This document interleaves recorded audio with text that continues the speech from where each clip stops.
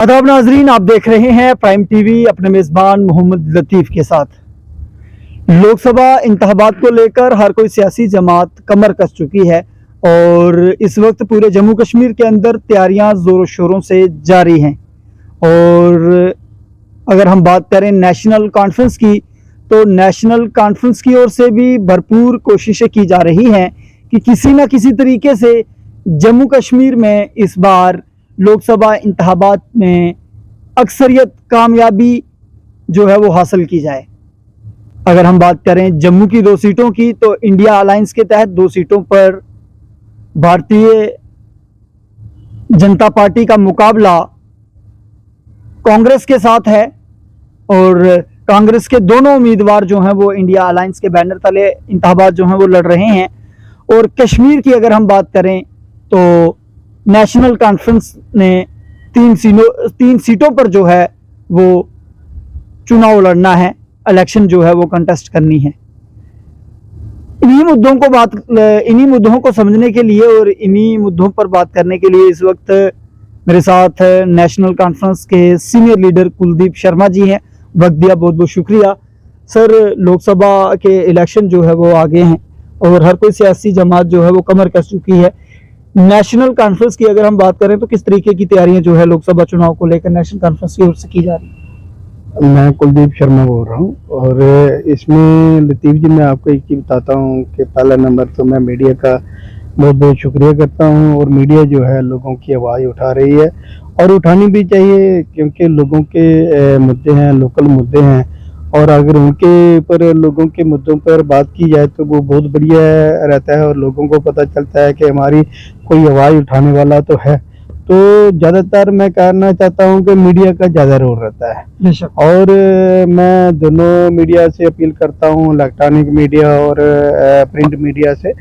तो ये जो सच्ची खबर है, सच्ची जो लोगों की सोच है, जिस तरीके से लोग सोच रहे हैं, वो लोगों की सोच उभर कर जो बाहर आई है और मीडिया को उसको उठाना चाहिए और लोगों के मुद्दे उठाने चाहिए और लोगों का भला होता है। एडमिनिस्ट्रेशन को पता चलता है कि हमारी गलतियां कहाँ पर हैं, तो हम सही काम कर रहे हैं या गलत दिशा में जा रहे हैं या सही दिशा में जा रहे हैं। तो मेरा यही कहना है। और दूसरी बात आपने कही लोकसभा की इलेक्शन की, अच्छा है, डेमोक्रेसी है, डेमोक्रेसी बहाल होनी चाहिए और डेमोक्रेसी में ही लोगों को बेनिफिट मिलता है। यही हिंदुस्तान की एक बड़ी बात है कि जो लोगों का राइट, जो हक हकूक है, डेमोक्रेसी से लोगों को ये हक हकूक मिलते हैं। और कोई उनका हक हकूक छीनने जाते हैं तो लोग सड़कों पे आते हैं, अपनी बात रखते हैं, मीडिया उसमें सपोर्ट करता है, लोगों की आवाज़ को बुलंद करता है, पूरी एडमिनिस्ट्रेशन को पता चलता है ये परेशानियां ग्राउंड में हैं, ग्राउंड लेवल की जो बातें हैं अगर वो एडमिनिस्ट्रेशन के पास आए, लोगों के बीच में जाए, लोगों को ये सारा होता है कि हमारी बात जो है उठाने वाला कोई है, चाहे वो लीडर है, चाहे वो एडमिनिस्ट्रेशन के ब्यूरोक्रेट लोग हैं। तो मीडिया का ज़्यादा रोल रहता है कि वो गवर्नमेंट के आगे ये सारी चीज़ें रखें। तो मेरा ये कहना है कि जम्मू कश्मीर में 370 के बाद डेमोक्रेसी ख़त्म ही हो गई है। 370 लोगों ने सोचा था कि 370 का हमें बेनिफिट होगा। जम्मू की जो जनता है उन्होंने कुछ और सोच समझ के इन्होंने सपोर्ट की थी कि हाँ जी, डेमोक्रेसी से 370 से हो सकता है हमें कोई बहुत ज़्यादा बेनिफिट होने वाला है। तो हमें ये पहले ही पता था, मालूम था कि ये 370 ख़त्म होगी तो जे.एंड.के में बहुत परेशानियाँ क्रिएट हो जाएंगी। हमारा जो नौजवान है, हमारा बिजनेस है, किसान है, बाकी बड़े सारे ऐसे मुद्दे हैं हमारे, तो जो इससे वंचित हो जाएंगे अपना 370 जाने के बाद। और मुझे नहीं लगता है कि सेंटर को इसका क्या बेनिफिट मिला। इन्होंने 370 के ऊपर पूरे हिंदुस्तान में इन्होंने गीत गाए कि 370 हमने तोड़ दी। भाई जहाँ से 370 टूटी है, जहाँ से आपने 370 तोड़ी है, उन लोगों को तो पूछो, अब किसको बता रहे हो कि 370 तोड़ने से लोगों को फायदा हुआ? मुझे ये बताएं, हिंदुस्तान के बाकी लखनपुर के पार से लोगों को क्या बेनिफिट हुआ? ये बेनिफिट जो होना था 370 तोड़ने के बाद जम्मू कश्मीर के लोगों को होना चाहिए था, मगर जम्मू कश्मीर के लोगों को 370 तोड़ने के बाद क्या बेनिफिट हुआ? नहीं, ये भाजपा वाले कहते हैं कि महिलाओं को हमने उनके अधिकार दिए, 370 की वजह से महिलाओं को जो है वो अधिकार नहीं मिलते थे। ये भाजपा वाले जो मर्जी कहें, बीजेपी जो मर्जी कहे, ये महिलाएं पहले भी हिंदुस्तान में रहती थी, आज भी रह रही हैं, उनको ऐसी कोई परेशानी नहीं थी। महिला के साथ सब लोग इकट्ठे थे। कहीं पे भी कोई ऐसी बात हो जाती है तो महिला एक शक्ति है, वो शक्ति जो है उनके साथ सारे लोग सपोर्ट करते हैं। एक महिला बहन भी है, माँ भी है। हमारे यानी कि संस्कारों के मुताबिक जो एक औरत का सम्मान किया जाता है वो लोग करते हैं। अब मुझे नहीं लगता है कि बीजेपी के आने से कोई ज़्यादा कोई चेंजिंग आ गई है। वो कौन सी चेंजिंग आ गई बताए बीजेपी वाले? उसमें क्या रिजर्वेशन पहले भी थी, जो अपना महिलाएं पहले भी इलेक्शन लड़ती थी, और हमारी पार्टी में नेशनल कॉन्फ्रेंस में बहुत सारी महिलाएं हैं जिनको एमएलए बनाया गया, उन्होंने इलेक्शन लड़ी, जीते, डीडीसी जीते, एमएलए जीते हैं। तो सारा कुछ जो पहले भी चलता था। और इसमें जो मुद्दा बनाया कि नहीं हमने ज्यादा ये किया महिलाओं के लिए, तो जो बीजेपी वाले लोग कहते हैं, बाकी तो मुझे नहीं लगता है कि शर्मा जी, क्या क्या मुद्दे जो हैं इस बार लोकसभा इलेक्शन में जो हैं, नेशनल कॉन्फ्रेंस की बात हो या फिर इंडिया अलायंस में जो जमाते हैं उनकी बात हो, जम्मू कश्मीर के क्या क्या मुद्दे हैं जिन मुद्दों को लेकर आप लोगों के बीच में जा रहे हैं? देखो, बात यह है कि मुद्दे बहुत हैं, 10 साल से मुद्दे ही मुद्दे हैं, काम तो कुछ हुआ नहीं। जेएनके में नुकसान जो जम्मू कश्मीर का सत्यानाश अगर हुआ है तो बीजेपी सरकार में हुआ है। बीजेपी कहती कुछ है, करती कुछ है। ग्राउंड लेवल पे अगर देखा जाए तो कुछ भी नहीं है। तो टेलीविजन में अगर आप मीडिया में देखें तो वहाँ पे पता नहीं इन्होंने मीडिया वालों के क्या सेटिंग है, वो जम्मू कश्मीर की जो सच्चाई है वो सामने नहीं आती है। और दूसरी बात यह है, लोग त्राही त्राही कर रहे हैं, जहाँ कहते हैं घर घर में नल दे रहे हैं, घर घर में जहाँ पे स्मार्ट मीटर इन्होंने लगा दिए, 4-4, 5-5 हज़ार रुपया पर मंथ उसका बिजली का किराया आ रहा है। और लोग जानिए कुछ लोगों की जो है उनके कनेक्शन काटे गए हैं, वो सफ़र कर रहे हैं और वो इतना किराया दे नहीं सकते हैं। और इन्होंने एक ड्रामा किया हुआ है बीजेपी वालों ने, 5 केजी आटा देने का और फ्री राशन बांटने का। भाई फ्री राशन आप बांट रहे हो, इसका मतलब है कि आपका जो देश है वो अभी इतना मजबूत नहीं हुआ है जो फ्री राशन खा रहा है। आप कौन सी तरक्की कर रहे हो भाई, मुझे ये बताएं। फ्री राशन दे के आज आप दे रहे हो फ्री राशन, कल को वो अगर राशन कहीं चेंजिंग हो जाती है, गवर्नमेंट चेंज हो जाती है, सिस्टम चेंज हो जाता है, कोई ऐसे हालात बन जाते हैं, वो लोग कहाँ जाएंगे जो फ्री में राशन खा रहे हैं? उनको कौन खिलाएगा? वो तो सड़कों में आ जाएंगे, भूखे मरेंगे। तो ये फ्री वाला जो इन्होंने सिस्टम बनाया है, मुझे नहीं लगता है कि ये जो ऐसा इन्होंने माहौल पैदा किया है वोट बटोरने के लिए, तो ये गलत मैसेज है लोगों को। ये इन्होंने क्या किया है, दोबारा स्मार्ट सिटी बनाने लगे हैं।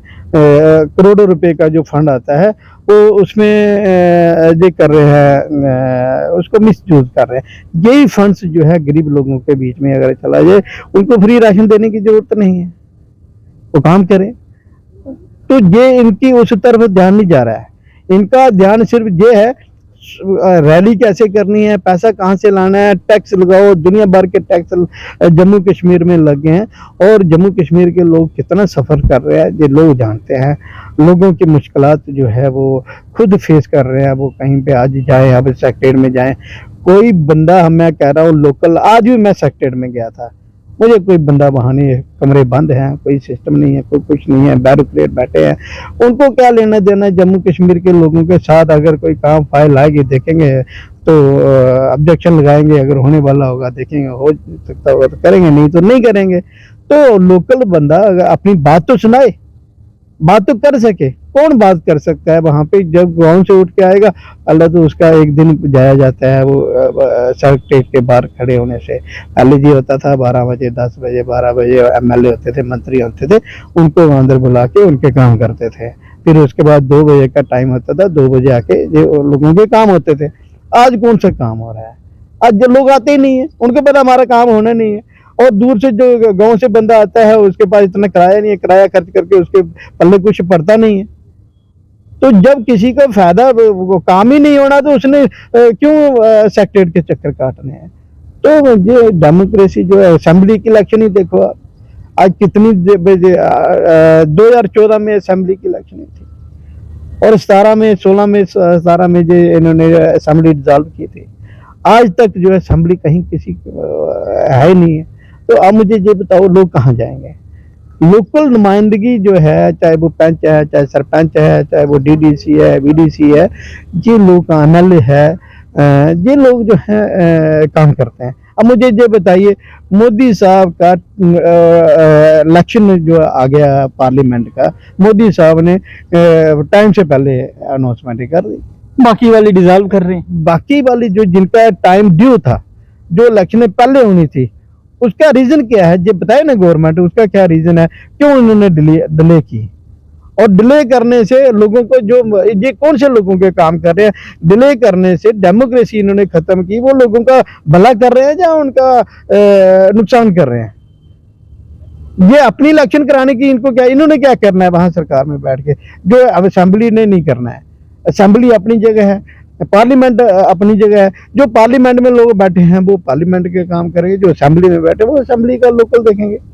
तो जो इनको अपनी है, जहां से अगर इन्होंने पहले बनाया, जो पार्लियामेंट के 2 कैंडिडेट है जहां पे, अब लोग इसका जवाब देंगे, पता चलेगा लोगों को। जो बंदा जहां से लोगों का रुझान क्या है, ध्यान क्या है? रुझान सीधी सी बात है, बीजेपी ने 10 साल दोनों कैंडिडेट जो हैं जहाँ के, चाहे वो उधमपुर डोडा सीट वाली है, चाहे वो जम्मू की सीट है, जम्मू रियासत की। और मैं आपको एक चीज बताता हूँ, इन्होंने ऐसा जोड़ तोड़ करके इसको पुंछ वाला एरिया जो है, इन्होंने रजौरी पुंछ वहां पे लगा दिया अनंतनाग के साथ, और ये वाला बोर्ड काट के इन्होंने जम्मू में तोड़ फोड़ करके अपना बेनिफिट, पर्सनल पार्टी को बेनिफिट होने के लिए इन्होंने सोचा कैसे हो सकता है, और उन्होंने वो किया। और मैं ये कहना चाहता हूँ कि इनके करने से कुछ नहीं होगा, वोट तो लोगों ने डालने हैं। अगर ये ईवीएम का अगर कोई ऐसा इन्होंने कोई इलेक्ट्रॉनिक सिस्टम है, ये सॉफ्टवेयर है, ये कुछ भी हो सकता है, अगर इसमें कोई गड़बड़ नहीं होती है तो लोगों का इनका चेहरा सामने आ जाएगा। लोग समझ जाएंगे कि बीजेपी के चेहरे कैसे हैं, लोग इन्होंने कितना ग्राउंड में काम किया। हमारे चैनल के माध्यम से, हमारे चैनल की वसादत से क्या पैगाम जो है इस इलेक्शन को लेकर लोगों को देना चाहते हैं? लोगों को मैं यही कहना चाहता हूँ, सोच समझ के वोट डालें और डेमोक्रेसी को बहाल करें। और दूसरी बात यह, जो इंडिया अलायंस है, इंडिया अलायंस का जो है वो सपोर्ट करें। और जो बीजेपी है, आज की डेट में बीजेपी पूरे हिंदुस्तान में लोगों को इन्होंने डिवाइड करके रखा है, लोगों को परेशानी, हिंदू मुस्लिम करके इन्होंने देखा कि कैसे लड़ाया जाए और हमें किस चीज के तरीके से हमें बेनिफिट हो सकता है। जम्मू कश्मीर की मैं बात करता हूँ, जम्मू कश्मीर में हमारा हिंदू मुस्लिम का भाईचारा बड़ा पुराना है। जब से हम पैदा हुए हैं तो हमारा इनके साथ दोस्ती रही, चाहे वो जम्मू के हमारे गुजर बरादरी के लोग हैं, चाहे कश्मीर से जहाँ पे आते हैं, सेक्टर के दरबार मूव के साथ आते हैं, जम्मू से श्रीनगर जाते हैं, तो बड़ा हमारा अच्छा भाईचारा आज भी है। ये नहीं है कि 370 टूटने के बाद हमारा भाईचारा खत्म हो गया, भाईचारा आज भी हमारा है, हम वही हैं। हमें उनका कोई वो नुकसान नहीं था, हमें फायदा ही था। हमारा बिजनेस जम्मू में हमारा बिजनेस बढ़ता था। आज दरबार मूव जो है वो जम्मू वाले लोग जम्मू बैठे हैं, श्रीनगर वाले श्रीनगर बैठे हैं, और करोड़ों रुपए का नुकसान है। बिजनेसमैन जो है, मैं आपको एक चीज बताऊं, जहाँ जम्मू का हमारा बिजनेसमैन टोटली खत्म हो गया। जहाँ से दिल्ली से ट्रेन चलती है सीधे उधमपुर, उधमपुर से कटरा से अब वो जा रही है कश्मीर में, जम्मू टोटल साइड पे हो गया। तो मैं ये कह रहा हूँ, जम्मू को तो हमने ये लोगों ने सोचा था बीजेपी वाले जम्मू में ये बेनिफिट होगा, वो जम्मू के नाम पे इन्होंने वोट, आज भी लोगों से वोट ले रहे हैं, मगर जम्मू का इन्होंने क्या किया। आज देखो, अब सड़क पे हैं लोग, अगर कोई बोलता है तो उसको ईडी भेज देते हैं, उसके घर में कई एजेंसियां इन्होंने तैयार की हैं, वो उनके घरों में भेज देती हैं। ऑफिसर की एडमिनिस्ट्रेशन क्या करे, जब ऊपर से प्रेशर आता है तो वो मजबूर हो जाते हैं करने के लिए, वो कहते हैं हमारी नौकरी है। अब आज मैं कह रहा हूँ मुलाजिम परेशान है, हमारा नौजवान युवा जो है जिसको उम्मीद थी कि हमें नौकरियां मिलेंगी, और दूसरी बात ये थी कि उन्होंने डिग्रियां करके फाइलें बना के वो उन्होंने सोचा था हम अप्लाई करेंगे हमें नौकरी रोजगार मिलेगा, वो फाइलें सड़ गई हैं, उनकी डिग्रियां सड़ गई हैं। अब वो डिप्रेशन में है, कोई नशे की तरफ जा रहा है। जम्मू में इतना नशा हो गया, इतना क्राइम बढ़ गया। इन्होंने बीजेपी वालों ने जम्मू वालों को एक नशा दिया है, एक क्राइम दिया है। जो क्रिमिनल लोग वहाँ से बाहर से लोग आए, वो अपनी मनमर्जी से चोरियां भी कर रहे हैं, डकैती भी कर रहे हैं, मारधाड़ भी कर रहे हैं, मर्डर हो रहे हैं, दिन दिवारी मर्डर हो रहे हैं। जम्मू को इन्होंने इस तरफ धकेल दिया है। तो मेरा आज ये कहना है कि मैं लोगों से अपील करता हूँ, ये जो है नेशनल कॉन्फ्रेंस ये कहते हैं हमने 70 साल में क्या किया, आप लोगों ने 70 साल में, ये 70 साल का ही सारा कुछ बना हुआ है। इन्होंने क्या बनाया ये बताए ना। ये दीवारें चित्रकारी करने से डेवलपमेंट थोड़ी जाती है, ये तो पहले भी होती थी। ये ऐसा इन्होंने इनकी सोच किस तरफ जा रही है, ये क्या सोच रहे हैं। मुझे तो लगता है ये डेमोक्रेसी को ही खत्म कर रहे हैं। ये डेमोक्रेसी जम्मू कश्मीर की खत्म कर देंगे, पूरे हिंदुस्तान की ही खत्म करेंगे मुझे लगता है। ये नहीं है कि खाली जम्मू कश्मीर, ये डेमोक्रेसी खत्म कर दे। जैसे फॉरेन में एक प्रेसिडेंट ऐसे रूल बनाया हुआ है, तो वो अब तानाशाही जो वो कहते हैं वही करना है। जिसको रखना है रखो, जिसको मारना है मारो, खत्म करना है जो करना है करो। तो ये मुझे लगता है 5 सीटों में से नेशनल कॉन्फ्रेंस या फिर इंडिया अलायंस की हम बात करें तो क्या लग रहा है कितनी सीटें निकाल पाएगा? हमारी 3 सीटें हमें कश्मीर से इंडिया अलायंस ने हमें दी हैं, तो वो समझौता हुआ है 3 सीटों का, और 2 सीटें जम्मू से हैं वो कांग्रेस के पास हैं, और 3 सीटें जो हैं वो हमारी कश्मीर से हैं। और कश्मीर की सीटें हमारी तीनों हमारी हैं, वो पहले भी हमने जीती हैं, तो इस बार भी हम सीटें जीत रहे हैं। महबूबा मुफ्ती भी इस बार जो है वहां से इलेक्शन लड़ने जा रही है कश्मीर से। कल तक वो भी इंडिया अलायंस का हिस्सा थी। क्या वजह है कि महबूबा मुफ्ती को जो है नेशनल कॉन्फ्रेंस कश्मीर के अंदर क्यों नहीं बना पाई? नहीं, ऐसा नहीं है। महबूबा मुफ्ती जी चीफ मिनिस्टर रहे हैं, हम उनके ये नहीं कहते कि वो इंडिया अलायंस के हिस्सा नहीं है, वो इंडिया अलायंस के हिस्सा हैं। तो जो इन्होंने फैसला किया इंडिया अलायंस ने, तो उसके मुताबिक जो डिसीजन हुआ, अब उनको ये अच्छा नहीं लगा होगा। तो वो भी पार्टी है, वो भी चाहती थी कि हमें एक सीट जो है अनंतनाग वाली उन्होंने डिमांड करी थी कि हमें मिलनी चाहिए। तो वो ऑलरेडी हमारे पास सीटें हैं, जो हमारी सीटें जीती हुई हैं, तो वो कैसे हम उसको छोड़ सकते हैं। तो अब उन्होंने सोचा है कि चलो हम फाइट करेंगे, तो उनका राइट है, फाइट करें वो। नेशनल कॉन्फ्रेंस को कोई फर्क पड़ेगा? हमें क्या फर्क पड़ेगा, हमारे पास तो ऑलरेडी है। हमारा तो वहाँ पे ग्राउंड मजबूत है, तो हमें उसके कोई फर्क नहीं पड़ेगा, और हम ज़्यादा वोटों से जीतेंगे। और पहले भी इलेक्शन लड़ी, वो 3-4 नंबर पे आए थे। तो इसमें ये नहीं है, डेमोक्रेसी है, और उसमें उनका राइट बनता है। उन्होंने जो उनके मन में आया, तो उन्होंने वो सोचा, अगर उनको ये सोच अच्छा लगता है कि हम यहाँ से इलेक्शन लड़ेंगे जीतेंगे, तो हमें किसी को ऑब्जेक्शन क्या है? बिल्कुल, हमें कोई ऑब्जेक्शन नहीं है उसका। उनका डेमोक्रेसी में हर बंदा अपना फाइट कर सकता है। चलिए जी, शुक्रिया। तो नाजरीन, ये थे हमारे साथ नेशनल कॉन्फ्रेंस के सीनियर लीडर कुलदीप शर्मा जी, जिन्होंने लोकसभा इलेक्शन के हवाले से बातचीत की, और बातचीत की कि जम्मू कश्मीर के लोगों के जहन में, जम्मू कश्मीर के लोगों के दिमाग में इस वक्त चल क्या रहा है।